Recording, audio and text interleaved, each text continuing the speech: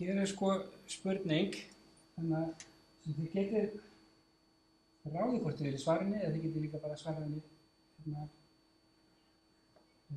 bara í hugunum. Við erum manneskjur. Manneskjur eiga í samskipti við aðra manneskjur.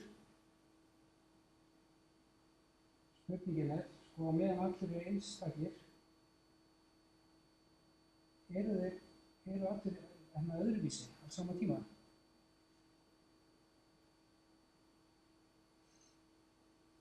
Jón Björnsson sem heimspekikennari í Réttarholtsskóla, hann hefur tekið saman heilt hefti sem heitir Eru allir öðruvísi og það sem eru svona kveikjur og dæmisögur sem hægt að nota í kennslu sem að dregur fram þessa spurningu bara frá ólíkum sjónarhornum sko, og í raun og veru nálgast þetta út frá fjölmenningu. Og ég fór að velta fyrir mér sko, hvers konar fjölmenning búum við í þessum í þessum netmiðlum og á netinu og í þessum online samskiptum. Hvað finnst ykkur? Þetta bara alveg eftir samhenginu. Þú getur haft sko svona fjölmenningar umhverfi í netheimum sem mjög fjölbreytt. En þú getur líka haft sko svona samþjöppun þjóðlega hópa. Það mjög algengt að jafnvel þú sért í fjölmenningar umhverfi í netheimum að þá myndast svona háskólahópar sem byggja á sama tungumáli eða sama kúltúr. Þannig að það svo ólíkt því sem í samfélaginu. Hvers vegna þessi samhengi og starfsemi? Já, ég held að spurning svona mér að þetta er svona ákveðin mengjafræði í þessu að auðvitað hver og einn einstaklingur en ég held að sjaldnast skilgreina okkur út frá okkur sem einstaklingur. Að við setjum okkur í samhengi við ákveðna samfélagshópa, menningarleg gildi, staðsetningu, þannig að við erum margt í einu. Og sumir hafa meiri möguleika til þess að ferðast á milli og Já. ekki hefðbundnari.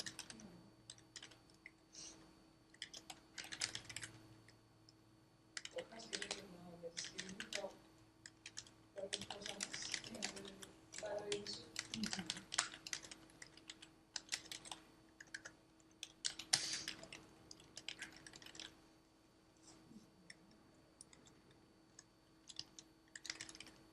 En spurning hvort þetta sé einhver andstæð sko öll að vera nota einstaklings gildi sínu eða vera félagsverðar sko. Að þú leiti er eitthvað andstæðan fólkum. Já, ég held að þessi sko Sem er líka Einstaklings- við þörf Já. fyrir að vera öllum meginn að spyrja. einstaklingshyggja eða svona sko meðvitund okkar okkur sem einstaklinga, hún hefur náttúrulega hún hefur sitt að segja og er okkur svolítið nauðsynlega. Ég held að við getum ekki einmitt skapað þessa samsemd við ákveðna hópa nema við gerum grein fyrir okkur og í rauninni okkar andorkum sem einstaklinga. Og ég held að við þurfum að skilja að vissu leyti að þá erum við eiginland. Það hefur engin beinan aðgang að mínum persónulega hugtakaheim. Að enginn veit nákvæmlega mig nema það sem að ég er fær að segja þeim og miðla til þeirra og það er ýmislegt sem að getur klikkað í þessum boðleiðum. Já, nákvæmlega. Er eitthvað að fólk er ekkert að reyna að skilja þig undir að setja fram einhverja skoðun af þér sem þú kannast ekki. Já. Og það er náttúrulega svo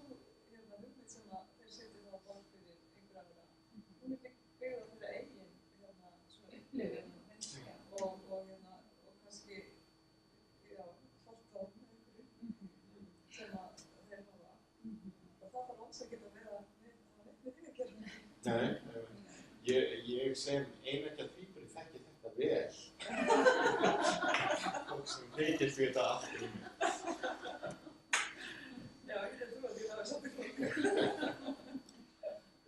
Það sem mér datt í huga meðan við vorum að tala saman, það er þá hvort að sko, sú virðing sem við upplifum á netinu og óvirðing, einelti þegar það á sér stað, að mér heyrist á umræðinni að við höfum verið að gefa til kynna að þess konar virðing, það er bara einkenni á samfélagsgjörðinni. Því að hún á sér líka stað. Það er bæði þessi kærleiksríka virðing og virðingin sem er valdagráðu og saman með óvirðingu og með einelti. Og þetta kannski líka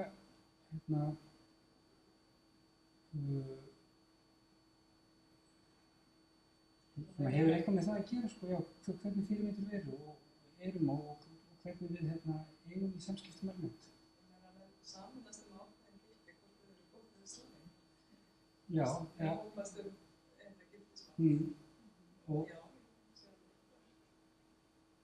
það er meðal annars einu niðurstöðunum í þessari bók, siðfræðihandbók, og það er þekkt stef í siðfræði.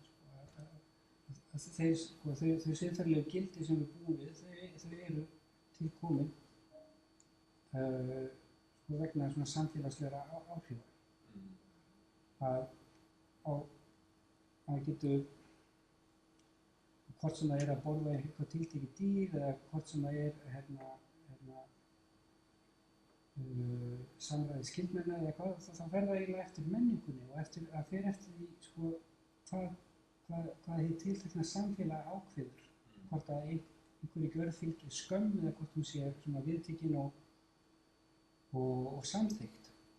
En ég held að hugmyndin, sko, bak við þessa bak við verkefnið sem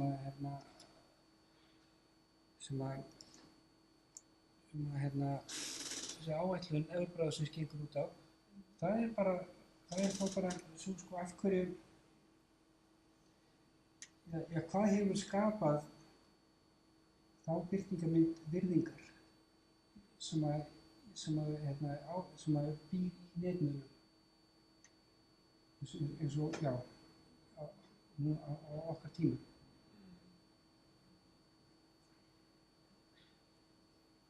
Það virðist svolítið vera, sko, að átakamenningin sé svolítið ofan á því. Alltaf að maður horfir á tölvuleikinn, þá er við skrifað inn í þá, sko, að þarna er einhver að kljást, ef ekki einhverja svona virtual goods þá kannski aðferðir hvernig ég gert þetta. Þannig að ég minnst þetta skemmti í saman daginn ég var einhverjum svona fyrstlistar sem að reynir nýja hugmyndir til tölvuleiki og það var einhverju sem er að gera svona afstæðtölvuleiki.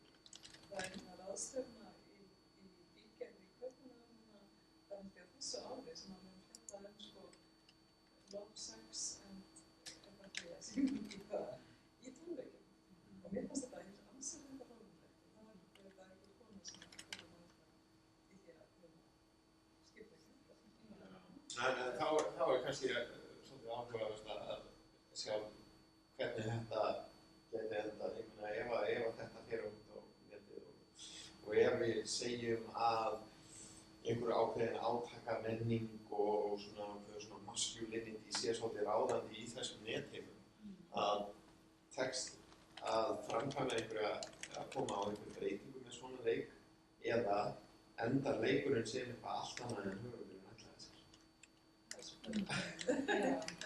Það eru möguleikar, þetta gæti endað mjög illa. En svo það eru til svona leiki samt úti, ég var búin að bókmarka einhverja og alltaf að skoða þetta náma, sko. En þeir fjalla yfirleitt sko, ef þeir sýndist það var tversýnskoði, þeir fjalla það einhvern veginn svona að róa manneskjuna og efla skynjun hennar og svona láta hann helga sig svona einhverju sem betra, gott eða fallegt, í staðinn fyrir að gera þetta andstæð, sko. Já. Þannig að kannski erum við að sjá einhverja breytingu. Við erum alltaf að sjá til dæmis eins og meiri tilhengu til þess að nýta netina til menntunar. Það er fullt af mentandi tölvuleikir sem kennarar eru að uppgötva alveg í lósins, sérstaklega í sérkennslu. Það eru oft svona þjálfunarleikir, en það er líka til alveg fullt af góða leikir sem að stuðla samvinnu en ekki, eða svona Uppbygging og svoleiðis. Kannski að passa okkur á að horfa ekki fram hjá því sko, jú, það er svo gjörn á að tala svona tölvur til menntunar að þetta sé eitthvað sem er eitthvað sérstakt og er sérstaklega búið til tilteknu markmiði að leiðarljósi. En að fólk náttúrulega lærir líka af öllu því sem það gerir í netheimum og svoleiðis. Ég held að auðvitað eins og þessi tölvuleikir og þessi dæmi sem við erum búin að skoða, að þarna náttúrulega, það svolítið verið að viðhalda ákveðnum gildum og tryggja það að nýliðar læri vissa hegðun sem hvort sem þeir halda henni út af fyrir sig í netheimum eða hvort þeir heimfara þetta á raunheimana eða eitthvað svoleiðis. En sko, ég held að við þurfum að passa okkur á þessari hugsun að við komum til með að breyta eða hafa töluverð áhrif á svona sem við höfum verið að skoða í þessu samhengi með einhverjum tilbúnum leikjum með einhverjum göfum markmiðum innbyggðum eða að leiðarljósi hérna erum við að díla við hans sterku öfl. Ég veit ekki, ég held bara að þú þurfa að vera sko valkostur. Já. Ef að hún er ekki eftir, Það er náttúrulega verði ekki. já, eða þá þú fær ekki, Já, eða ekki. eða fólkist frá því. Já. Vegna þess að það er til dæmis vitað sko að það er kynjamunur á, hvernig krakkar spila. Þetta var löngum og fleiri tilfengi til þess að vinna svona í allt svona leika, listanleikjum og æfingarleikjum.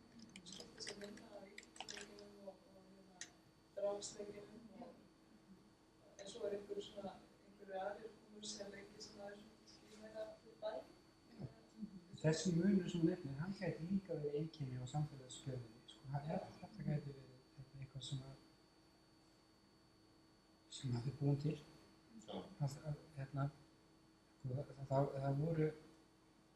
Það voru fleiri líka, sko, ég var búin að taka saman sko, tengla sem að ég hef notað, sko, sem það er hægt að nálgast alla þessu umræðu út frá ýmsum punktum. Ég var með enn fleiri sem ég gæti kannski sýnt bara í næstu vinnustofu eða þið getið fundið á netinu þar sem talað er sko, hvernig leikföng eru markaðsett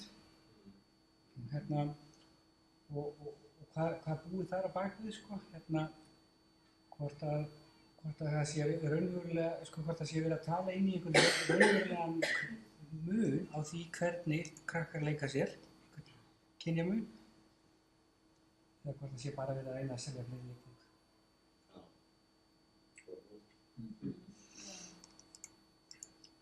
En já, við séum allavega búin að fara svona yfir það sem ég vildi taka fyrir og það er hægt að nýta sér þetta í kennslu og aðlaga að sínu, getur hver og einn.